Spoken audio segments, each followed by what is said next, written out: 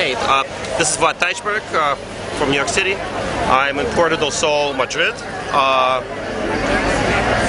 We are standing at the Puerta del Sol? Puerta del Sol, in the part of the square.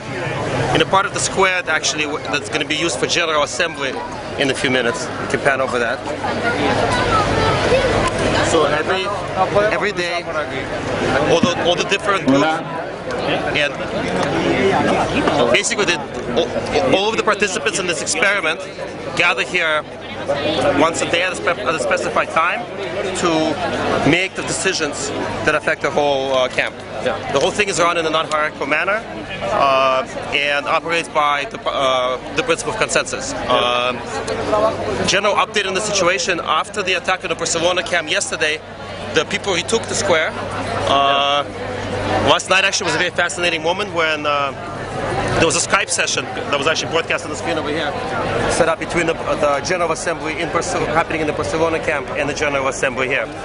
Overall, the mood is pretty good. The fact that the government attacked the camp extremely violently, I'm sure people have seen the YouTube videos, some which have went over 1 million views, has put the government in a very difficult position. Their justification for the attack was to clean the square for a football match celebration. In the context of that, they've hurt more than 100 people, 137 people were hurt. So right now the government does not look very good, at least in its attempt to stop this direct democracy experiment. Inside the Puerta del Sol city, so to speak, there's a lot of discussions now whether we are going to stay beyond tomorrow.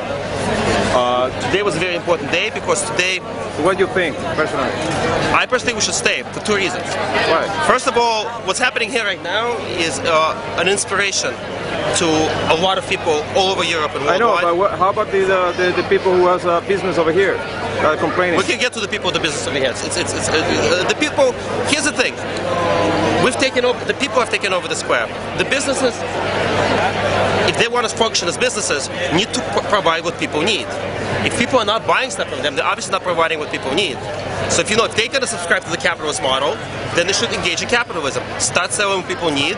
And since we are providing free water, since we are providing free food for everyone, they need to start selling other things. Okay, I got a capital question for you.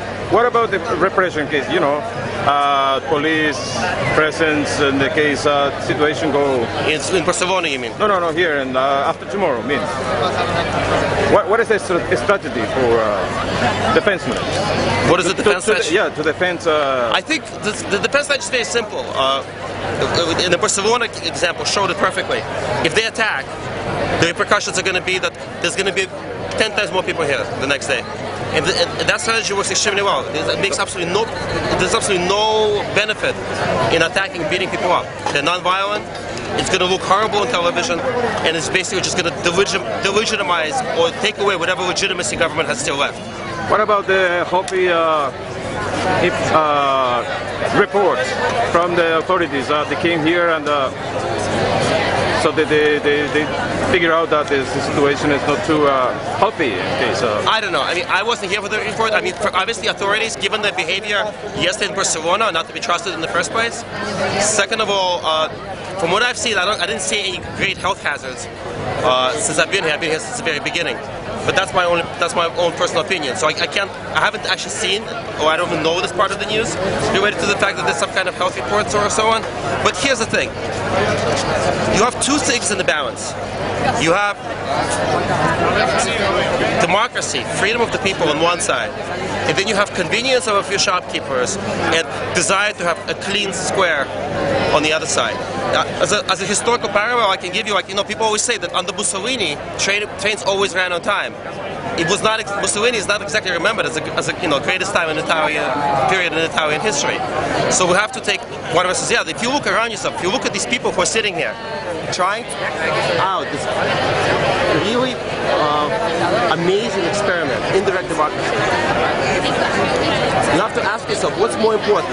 A clean square that's good for commerce, a virgin territory, so to speak, or something that's alive and as vibrant as this, that's actually creating and developing a new direction, for a society that is on some levels economically bankrupt and morally, and as we've seen yesterday, morally bankrupt. All right. Today is Saturday, 28th. Yes, it's Saturday 28th. It's about 7 p.m. and you are standing here where the General Assembly of Puerta is about to take place. Thank you very much.